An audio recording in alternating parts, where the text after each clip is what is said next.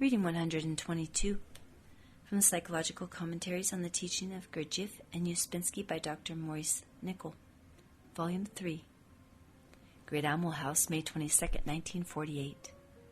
Note on observation of intellectual center and useless thinking and wrong thinking. Work idea. We must think in a new way. Mechanical man thinks chiefly from attitudes. To change, attitudes must change. Commentary. Last time we spoke of attitudes and how, unless attitudes change, a man cannot change. Let us remind ourselves that the work is about self-change. To do this work without seeking change of oneself is like trying to lift an elephant. Or put better, it is like standing on a plank and trying to lift it. It was also said that attitudes begin in the mental center, in the mind. To change, therefore, as Christ taught, and this work teaches, it is necessary to change the mind so as to think in a new way. Now, a person with many fixed attitudes, acquired from upbringing, laid down in the mind, cannot think in a new way. He or she will continue to think in the old way. They will think from their ingrained fixed attitudes.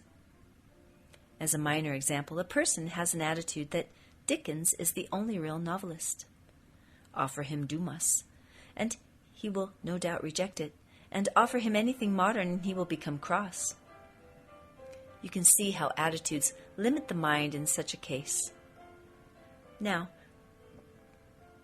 we have attitudes about life, about society, about religion, about people, about politics, about sex, about art, and so on, which prevent us from experiencing anything new.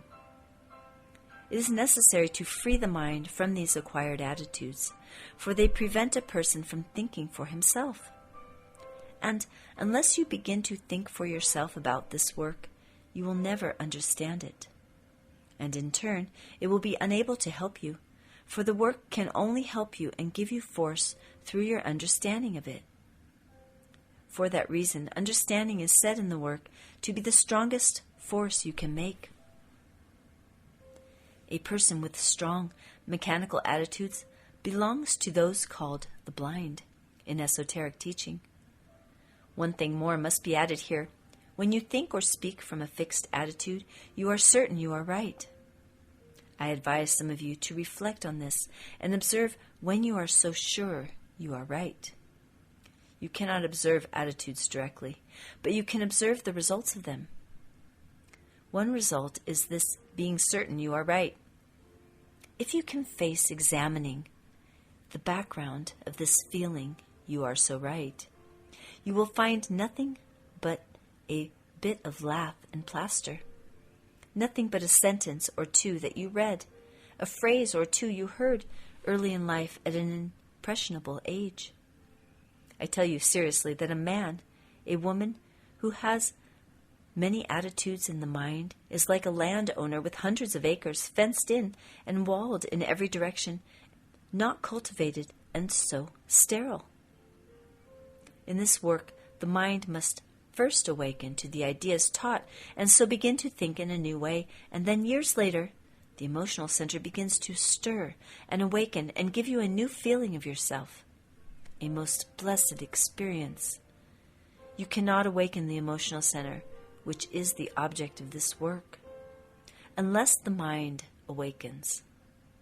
But if your mind is fenced in by sterile attitudes, and if you refuse to change them, or rather, if it never occurs to you that you have them, and so you never suspect their existence, then you will bring into the work all the latent violence that lies behind attitudes, which appears so suddenly when they are hit and belongs to this intractable factor in us all, of which we spoke recently. Mr. Ouspensky once said that among many things we defend so uselessly and lose force over is our ignorance. He said in so many words, what we do not know in comparison with what we think we know is incommensurable. Attitudes which are first formed in the mind make us think we know. We continually speak from attitudes as if we really knew, when we are ignorant. It is quite easy to see in others when they are speaking from attitudes. Everyone yawns or goes to sleep. A man who can only speak from attitudes is the greatest bore. But we do not see attitudes in ourselves. I asked him, if I am speaking and begin to yawn myself, is that a sign I am speaking from attitudes? It so happened that he yawned, and I yawned after him, and we both laughed. But later I remember him asking me, have you ever observed that one can yawn at one's own thoughts? It is a useful thing to observe what mechanical trains of thought cause this. It is a sign that they are useless, that one should avoid them. Now you know that self-observation begins with observing these centers.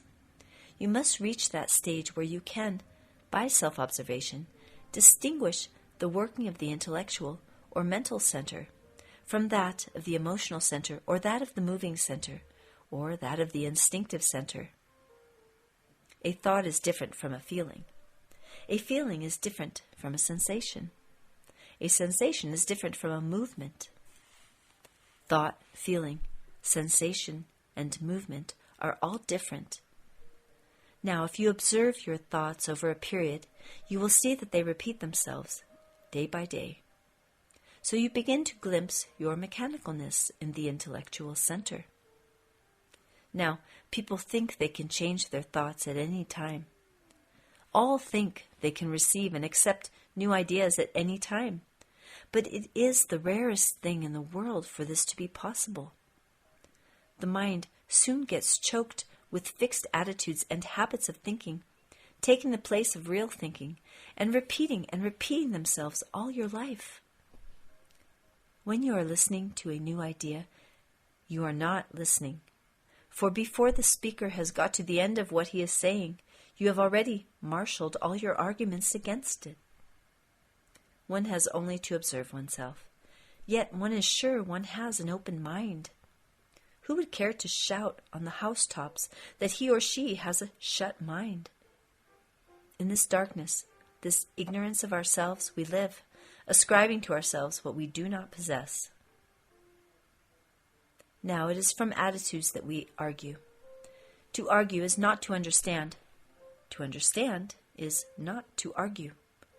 No one was ever changed by arguing.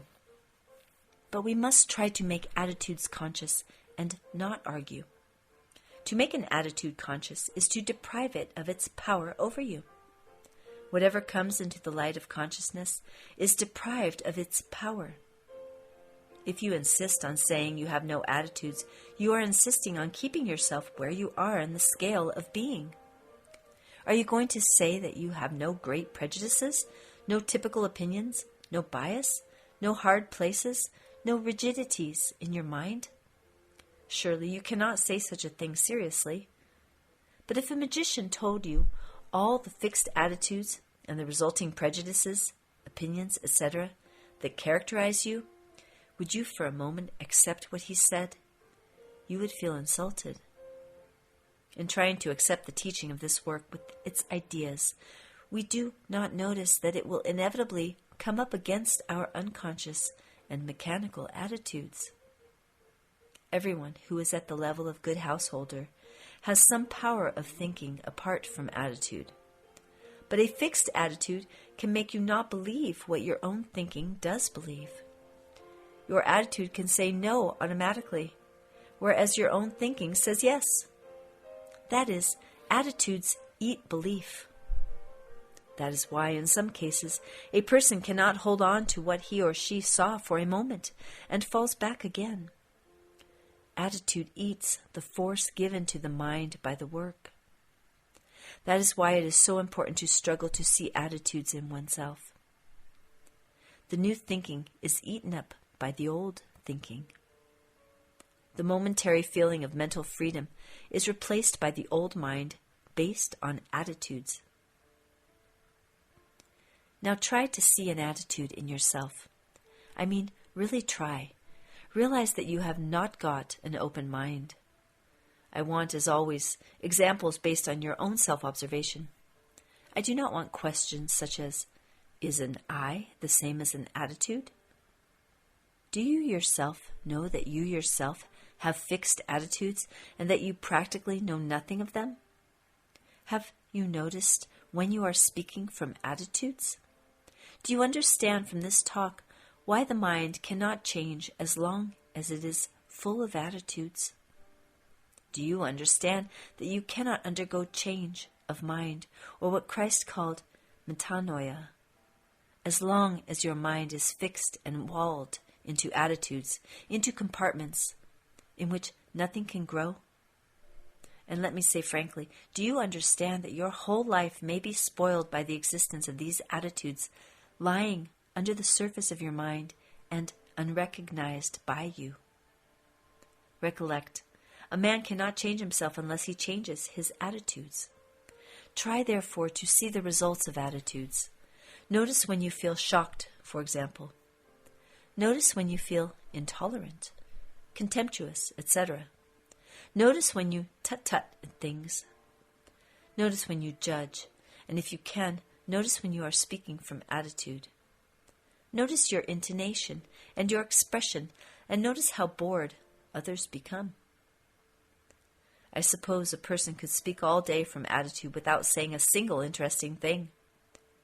He cannot say anything interesting because he cannot use his mind.